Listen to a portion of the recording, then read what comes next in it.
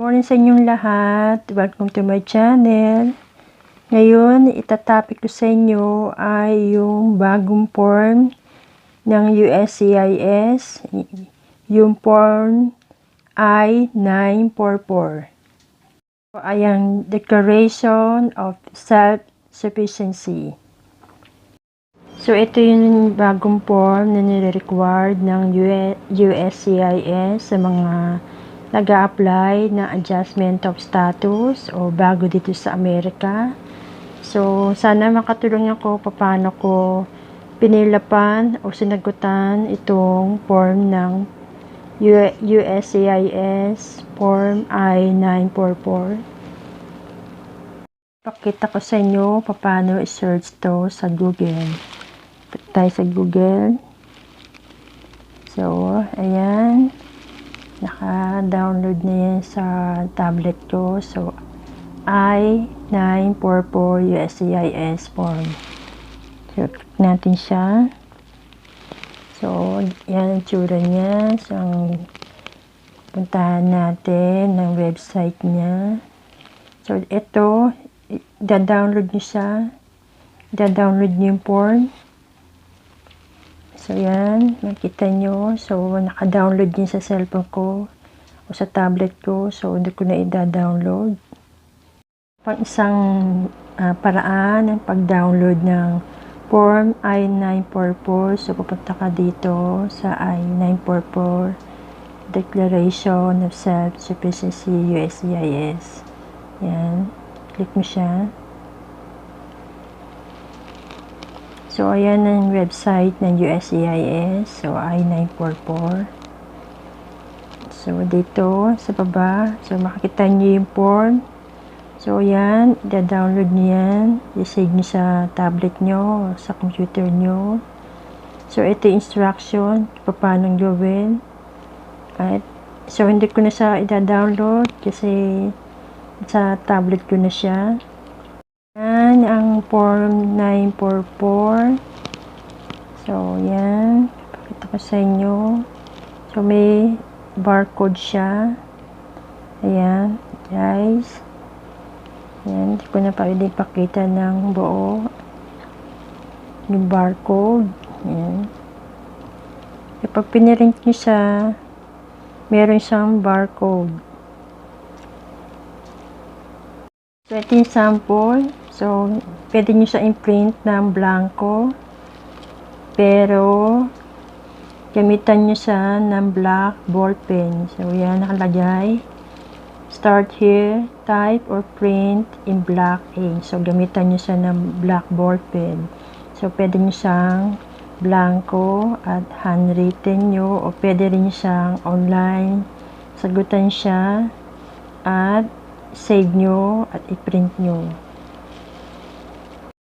Start na natin paano sagutan. So, itong side na to, hindi nyo siya sasagutan. Itong sa taas, so hindi yan para sa atin. Dito na tayo sa part 1. Start na natin. So, in part 1, information about you. Iwan na tayo sa current legal name. Do not provide a nickname. So, dito, nalagyan nyo na dito yung bagong name nyo. So, yung family name, given name, middle name. So, dahil nagpakasal na ako, so, ang ginagamit ko ngayon ay ang surname ng asawa ko. So, lalagay ko dito sa family name ay White. Given name, Jenny, at middle name, Ramos. So, yung Ramos, yung pagkadalagan nyo, o yung mas mainam, yung ginagamit nyo na surname sa passport. So, yan, ang number 1. Dito na tayo sa number 2, US mailing address. In case of your name, if any. So, dito, nakapangalan na sa bagong pangalan nyo. So, gagamitin nyo na yung bagong surname nyo. So, tulad ko, Jenny White.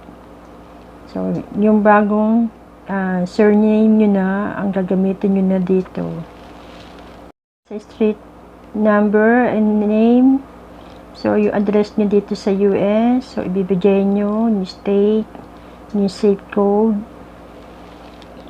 5, so yung alien registration number, so yung A number, so makita yan sa NOAA 2 and NBC. So sa mga K1 visa, so yan, makikita yan sa NOAA 2 at NBC letter.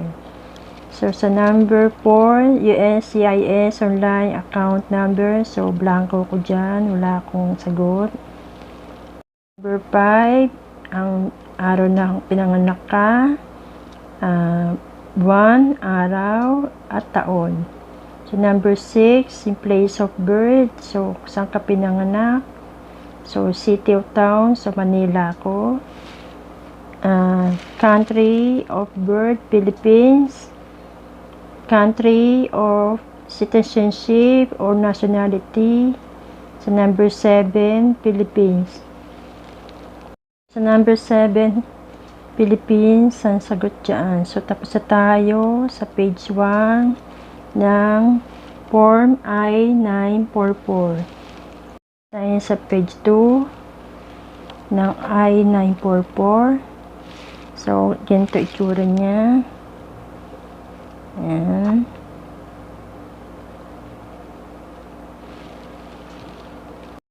So, ito yung tsura niya sa part 2, family status. So, sasagutan natin yung number 1. So, dito, family name. So, ang bagong yung surname na.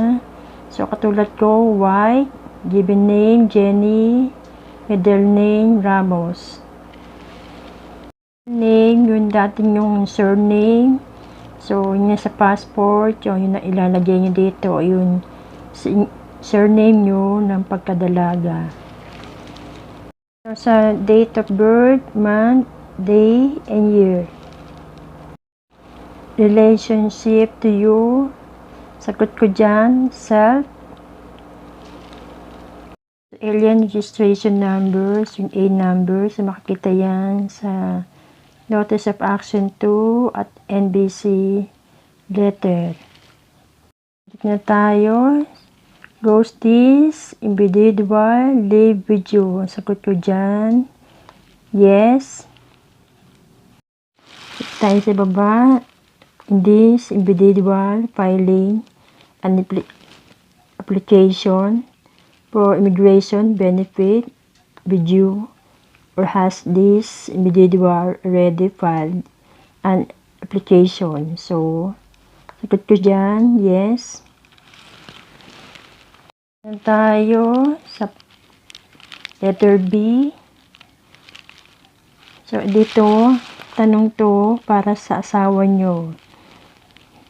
Sagot to, tanong to para sa asawa nyo sa letter B. Yung sa A, sa inyo. Sa mga K1 visa applicants, sa atin to. Itong B, para to sa asawa natin. Sasagutan ko na yung B, so family name, given name, at middle name. So, pangalan, surname ng husband ko, White, given name, Joseph, middle name, Lipton. So, sa date of birth na tayo. So, birthday ng husband nyo. So, month, day, and year. And to you, spouse. Number, alien registration number. So, wala sa. So, US citizen ng asawa ko. So, blanco yan. So, baba na tayo. Dito sa B, goes this individual live with you? So, yes. Sagot dyan. So, this na tayo sa baba. In this individual filing application for immigration benefit with you, or has this individual already filed an application? So, sagot ko dyan, no. So, So, hindi pa kami nagpapasa nito. First time ko namin magpasa nito. So, no, sagot ko dyan. So, dito sa C and D, so wala na ako sinagutan kasi dalawa lang kami ng asawa ko sa bahay. Pero kung may kasama kayo, nasagutan nyo to, so ilalagay nyo yung pangalan nila. Pero kami lang dalawa ng asawa ko, so ang sinagutan ko lang ay letter A and letter B. So, yung applicant at yung asawa nyo sa B. So, letter A, so total number of household member including yourself. So, sabi ko sa inyo, dalawa lang kami ng asawa ko dito. So, nilagay ko dito 2. So, kung ilang kayo sa bahay, ilalagay nyo dyan. So, kami, dalawa lang kami. So, nilagay ko dyan, number 2. Page 3 ng Form I-944. So, itong part 3. So, you and yourself, household members, assist sources, and financial status. So, dito na tayo sa household income. So, number 1. So, ang tanong dito ay tungkol sa asawa nyo. So, sasagutin na natin yung A, family name, given name, at middle name. So, ang husband ko, ang surname niya, White. Ang pangalan niya, o given name, ay Joseph. Ang middle name, ay Lipton. So, dyan, pangalan ng husband nyo na lalagay nyo.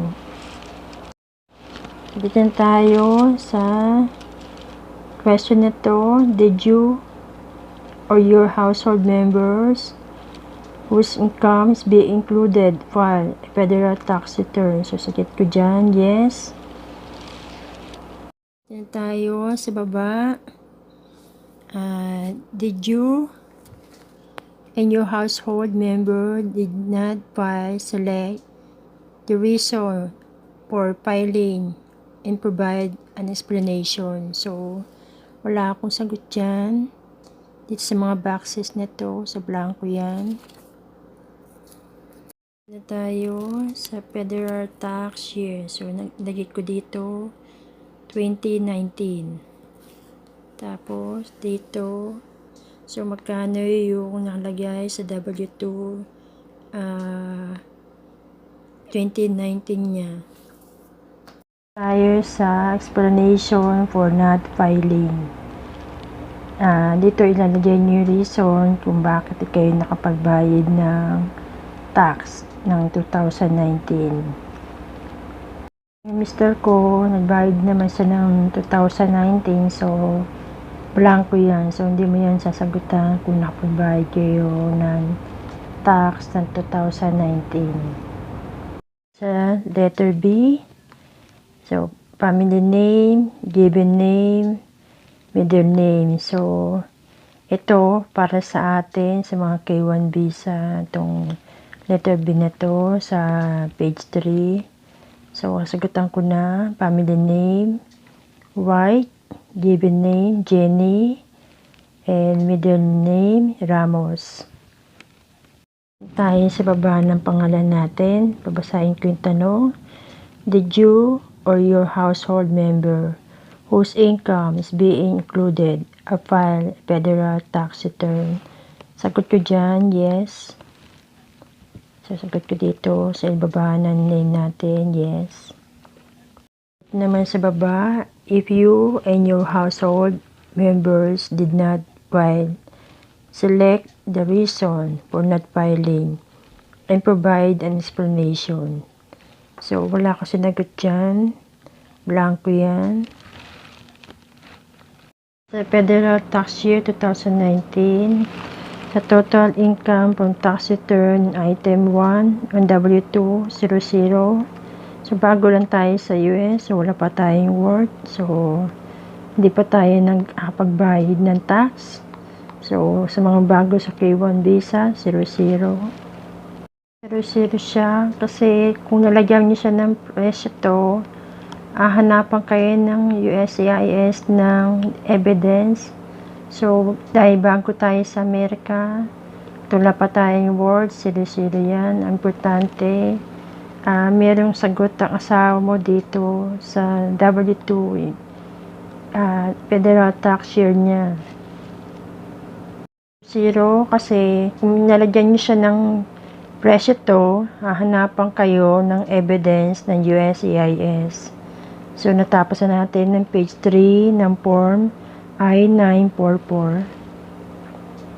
Sa page 4 ng form I-944. Sa part 3, so, letter C, so, blanco din yan. Hanggang dito sa explanation for not filing. So, blanco, wala akong sagot dyan. So, sa number 2, sagot ko dyan, no? So, hindi naman involved ang asawa ko sa illegal gambling o illegal drug sale.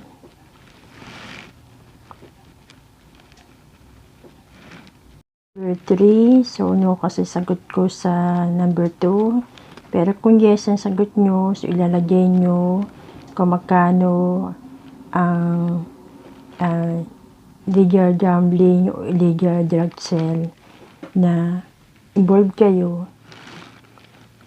Yung number 3 ko kasi no ang sagot ko sa number 2. So sa number 4 na tayo, goes any of the income from your and your household members.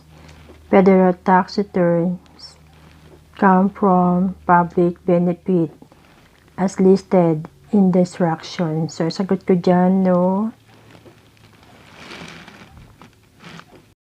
Number 5, so sagot nyo sa number 4 ay yes.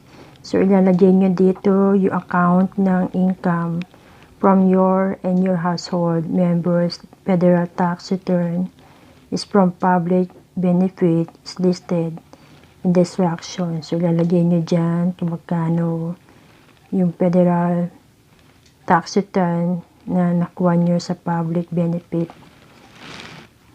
Number 6, so blanco na to. So wala nang additional word ng asawa ko. Pero kung iba, merong ibang word ng asawa nyo, so lalagyan nyo siya dito. Pero ko blanco na siya. Page 5. So ipakita ko sa inyo. Part 3, sa letter B, so blanco yan. Wala akong sagot. Sa letter C, so blanco yan. Sa letter D, sa blanco yan. So, ang letter B, C, D, so wala akong sagot dyan. Tayo sa number 7. If any of the additional income listed above from an illegal activities or source, such as passes from illegal gambling or illegal drug sales. Sagot ko dyan, no. So, no, sagot ko dyan. Sa number 7. Sa page 5. Sa number 8. So, sagot ko kasi no. Sa number 7. Pero kung sagot nyo sa number 7 ay yes. So, ilalagay nyo magkano yung illegal activities ng annual income nyo. So, pero ang sagot ko sa 7 ay no, so blanco siya. So tapos na tayo sa page 5 ng form I-944. Tayo sa page 6. Ayan, papakita ko sa inyo, page 6. Tayo sa part 3. So number 9 na tayo. So dito sa name of asset holder. So ilalagay nyo pangalan ng husband nyo. So, tulad ng Joseph White. So, pangalan ng husband ko, Joseph White. Ilalagay nyo dyan yung pangalan ng husband nyo dito sa name of asset. Ito tayo sa type of asset. So, cash value. So, dito, nilagay niya yung checking bank account, saving bank account, saka amenities niya. So, yan. Nilagay niya dito yung tatlong type of asset niya. Yung cash value. So, depende sa inyo, sa asawa nyo, kung ano mga asset ng asawa nyo. Ito, nilagay niya yung checking bank account niya, saving bank account niya, at amenities niya. So, kung ano pa ang account ng asawa nyo na so ilalagay niya dito. So, dahil bago tayo sa US, so wala pa tayo nasa-save na money dito. So, ang asawa nyo lang ang ilalagay nyo dito. Yan, dito. So, sila sasagot dyan. Tapos, dito, total US dollar. So, ipa-plus nyo siya. So, yan. Lalagay nyo yung total US dollar. Kung magkano total ng nilagay ng asawa nyo dito. Dito, lalagay nyo yung total. Number 10, kung may mortgage kayo, car loan. So, yan. Yung mga personal loan. So, ilalagay nyo siya dito. Pero ang asawa ko, wala na siyang mortgage. So, nabayaran na niya. Car loans. So, 0. Kung wala, 0, 0, 0, 0. Sa credit report and score. Sa number 11, do you have a US credit report? Do you have a US credit report?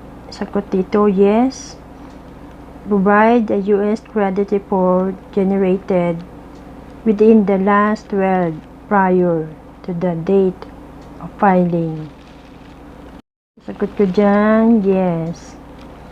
So, provide nyo yung evidence niyan. So, may credit report ang asawa ko within 12 months. In yung page 6 ng form I-944, 7 ng form I-944. Tayo sa part 3 ng page 7. So, ulit na tayo sa 12. Do you have a US credit score? So, ang sagot ko dyan, yes. If you answer yes, enter the credit score within the last 12 months and attach the credit score document. So, nilagay ko yung magkano yung credit score ng asawa ko at pinirint ko, kinapi ko, Xerox. So, together ng form na to. So, nilagay ko yung credit score amount ng asawa ko dito. Pero kung sagot nyo, no. So, hindi nyo nasasagutan to. Pero ang sagot ko, yes. So, kaya sinagutan ko siya. Sinagay ko yung magkano yung credit score ng asawa ko. 13. So, blanco na yan. Hindi ko na sinagutan. Ang tanong kasi dito, kasi wala namang negative credit score ang asawa ko or low credit score. So, hindi ko na siya sinagutan. So, blanco na yan. 14. Have you ever filed for bankruptcy either in the United States or in the foreign country? Sagot ko dyan, no. So, pag ang sagot nyo dito sa 14, so, lalagay nyo kung anong city, anong state, anong date. So, sasagutan nyo yung A, and B, or C. Sasagutan nyo yan kung ang sagot nyo dito sa 14 ay yes. Pero ang sagot ko, no. So, blanco na yung A, B, C. Na tayo sa health insurance sa 15. Do you currently have health insurance? So, sagot ko dyan, no. Kasi bago pa lang ako dito. So, hindi pa nakapag-apply ng health insurance. So, insurance ng asawa ko gamit ko. Yes, sasagot nyo. Sasagutan nyo yung A, B, C. Tapos, i-attach nyo yung health insurance. evidence of health insurance. So, sagot ko D. Sasagutan ko ay item D. Sa page 7 ng form I-944. So, pupunta tayo sa page 8. Sa page 8 ng form I-944. Tayo sa page 8. So, start na natin sa part 3. Your and your household member assets, sources, and financial status. Pag ko dyan sa letter D, ito, I will soon enroll. So, chinekan ko yan. Pag nasagot nyo, yes. So, lalagyan nyo yung evidence sa insurance company na nakapag-enroll kayo. Dito, sa blanco na to, kung ang sagot nyo, no, so ilalagay nyo reason na information. Do you have to provide information how you have planned to pay the reasonable anticipated medical costs. So, lalagay nyo yung reason. So, sasagutan yan kung ang sagot nyo yun, no. Ay sa public benefits.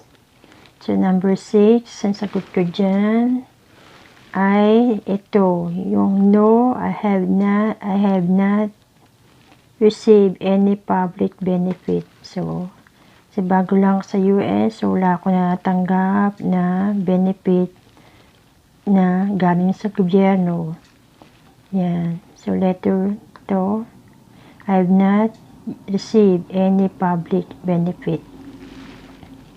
Kung may natatanggap kayo, so checkan nyo siya kung ano yung applicable dito sa inyo. So ako, wala akong natatanggap. So no, I have not received any public benefit. Then tayo, have you enrolled, withdraw from or request to be disenrolled from the public benefits? Sagot ko dyan, no. So no, sagot ko dyan. Sa baba, yung expected date of disenrollment, month, day, year. So, blanco yan. Hindi ko sinagutan. Sa page 8, ng form I-944. And sa page 9, sa part 3, sa number 18, so, letter A. So, wala na ako sagot dyan. Blanco na yan. Sa B, blanco na yan. Sa C, so wala rin ako sagot dyan. A, B, C, so wala akong sagot. 19, kung ang sagot nyo sa number 16, so check nyo number 16. Kung ang sagot nyo yes, so pamimili kayo dito. So ang sagot ko kasi dito sa number 16 ko, so no. So wala akong sasagutin dyan. So blanco yan. So check nyo yung number 16 nyo, kung yes or no ang sagot nyo.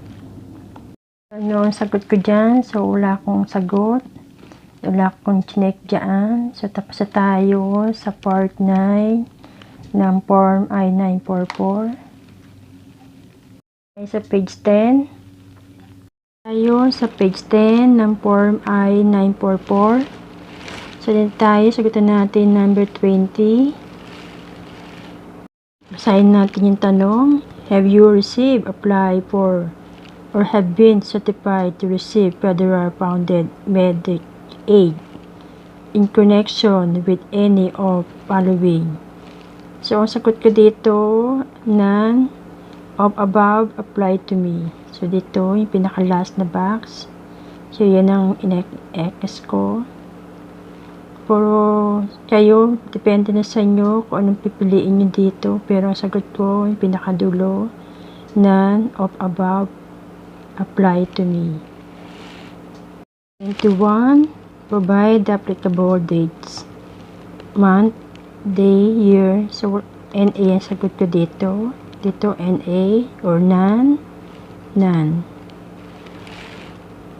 So, sa 22, have you ever applied for any of the following public benefit and the application is currently pending or was denied?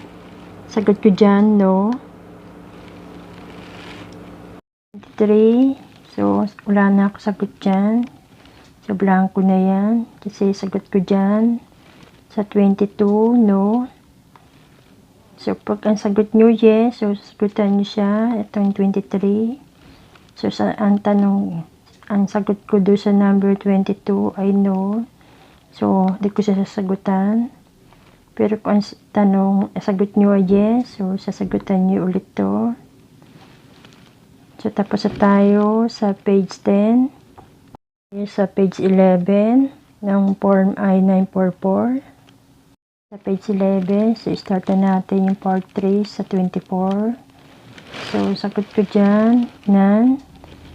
Date, you applied for any of about file public benefit. So, none ang sagot ko dyan. None or NA sa 24. Dahil sa 25, do you withdraw your application before being certified to receive the public benefit? Sagot ko dyan, no. 26, have you applied for or received a fee waiver when applying for an immigration benefit from USCIS? So, no. Ko sa 25, ang sagot ko, no. Sa 26, ang sagot ko, no.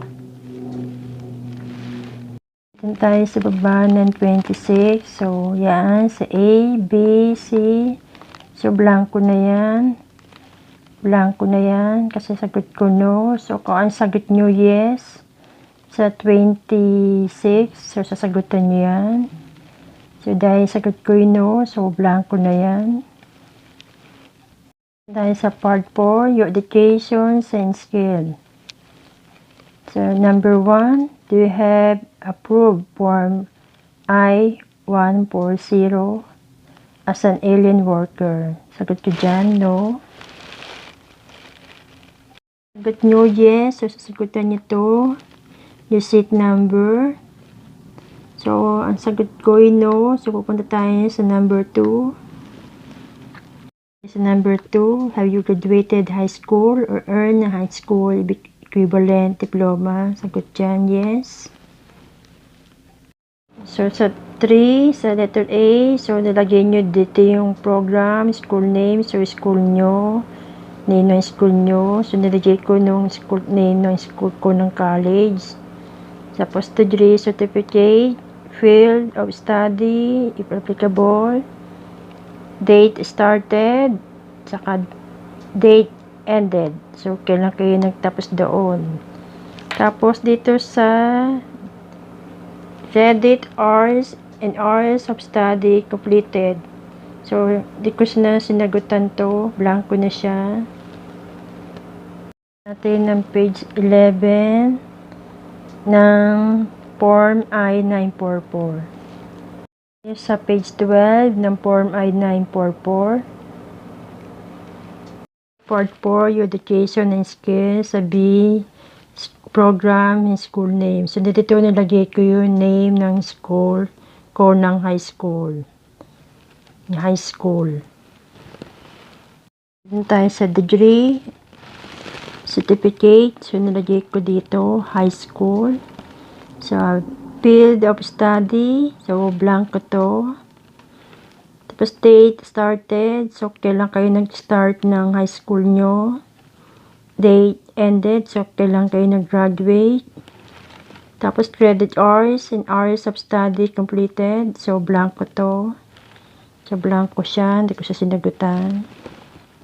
Sa letter C, tsaka D, hindi ko na siya sinagutan. Pero, kung meron pa kayong ibang kinuwang kurso, o course, so lalagyan nyo siya. So yan, pipilapan nyo. Pero ako, hindi ko na nilagay. So nilagay ko lang yung A, yung college ko. Tapos yung B, dito, high school. So hindi ko na sinagutan to yung C and D. So, number 4, do you have any professional skills? Sagot ko dito, no. Pero kayo, depende sa inyo kung anong sagot nyo dito. Pero ang sagot ko dito, no.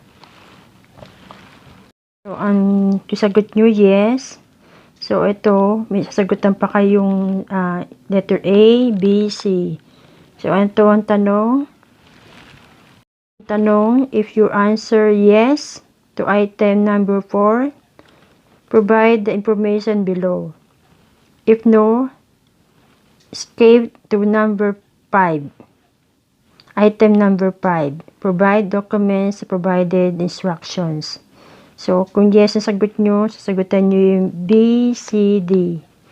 So, yung pag no, escape number 5. Sasagutan yung page 12 ng Form I-944. Ayan. Tayo sa page 13. Ayan, papunta tayo. Sa page 13. Dito tayo sa part 4. So, your education and skill. So, dito, wala ako sagot. Sa number 5, A, B, C. So, blanco siya. So, hindi ko na siya sinagutan. Sa number 6, tayo sa number 6, retirement. Sa letter A, are you currently retired? No. If you are retired since and when have you been retired? So, blanco ko dyan. So, sagot ko no dito sa A. So, blanco to. Sa 7, are you probably caregiver who is over the age of 18 for a child or the elderly, ill, or disabled individual in your household? Sagot ko dyan, no. Depende ito sa inyo. So, sa akin, nasagot ko dito sa 7, no. So, check nyo na lang kung applicable kayo dito sa page, sa number 7.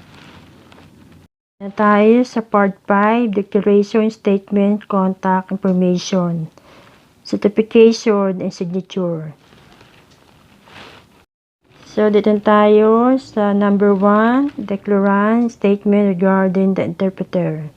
Sagot ko dito, letter A. I can read and understand English, and I have read and understand every question, instruction, and this declaration, and my answer to every question. So, letter A ang sagot ko. Depende sa inyo kung may interpreter kayo. So, letter B. Pero ako, sinagot ko, letter A. Na tayo. Declarant, statement regarding the preparer. So, wala akong sagot dyan. Wala akong preparer. Sa number 2. So, blanco yan. So, natapos natin ng page 13 ng Form I-944. Tayo sa page 14 ng Form I-944. Tayo sa part 5, declarant, statement, contact information, certification, and signature. So, dito na tayo sa number 3. So, declarant, date, time, telephone number. Saka, declarant, mobile, telephone number. So, lagyan nyo dito mga K1 visa, yung number nyo ngayon sa US. So, lalagyan nyo dito. Tapos, number 5, declarant email address. So, yung email nyo, lalagyan nyo rin dito sa mga K1 visa o sa mga applicant ng ga-apply ng AOS. Lang ang tanong sa page 14. So, natapos na natin ng page 14. ng Form I-944. 15 ng Form I-944. Tayo sa Part 5 sa Declarant Statement, Contact, Information, Certification, and Signature. So, number 6, so, Declarant Signature. So, huwag nyo kalimutan yung signature nyo, yung mga nag-a-apply ng AOS, yung date ng pinirmahan nyo tong form na to. So, yan lang ang sinagutan ko. So, kung may interpreter kayo sa part 6, so, sagutan nyo yan. Pero wala naman ako interpreter. So, blanco na yan. Dito sa part 6. So, blanco na siya. Yan. Ito rin, blanco na rin siya. Sa 6, ito, interpreter contact information, sa blanco siya. So, interpreter certification, sa blanco rin siya. So, depende kung meron kayong interpreter, sagutan nyo to. Pero kung wala, so, ito lang sinagitan ko sa number 6 ng page 15. Ito. Diyan, tapos na natin yung page 15 ng Form I-944. Tayo sa page 16 ng Form I-944. Tayo sa part 6, interpreter, contact permission certification and signature. So, wala ko interpreter, so blanco yan. Yan, hanggang dito, sa dulo, hanggang 7 to 7, 7 to 7, so wala akong sagot dyan. Pero kung mayroong kayong interpreter, so sasagutan nyo yan. So, dahil wala ako, so wala akong sagot dyan sa page 16 ng Form I-944. Page 17 na tayo sa Form I-944. 17 ng Form I-944. Dito tayo sa part 7. So, ito yung mga tanong tungkol sa interpreter o yung preparer na sinasabi. So, yan.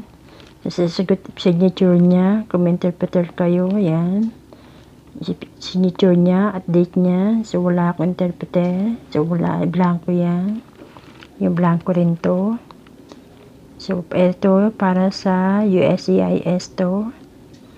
So, itong part na to para sa USCIS. So, wala na ako sinagutan sa page 17 ng Form I-944.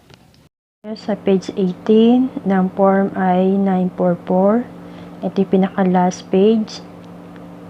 Sa part 9, additional information. Sa number 1, family name, given name, middle name. So, nilagay ko dito, ang surname ko na ngayon ay Y. Ang given name, Jenny, middle name, Ramos.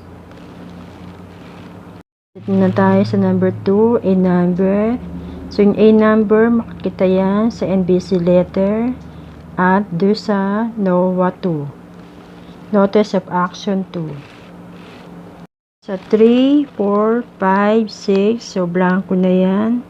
Hindi ko na siya sinagutan. Itong 3, 4, 5, 6, so blanco na siya. So, natapos na natin ng Form I-944 sa mga K1 visa o nag-a-apply ng AOS ngayon. So, sana nakatulong ako sa inyo. Maraming salamat sa panonood.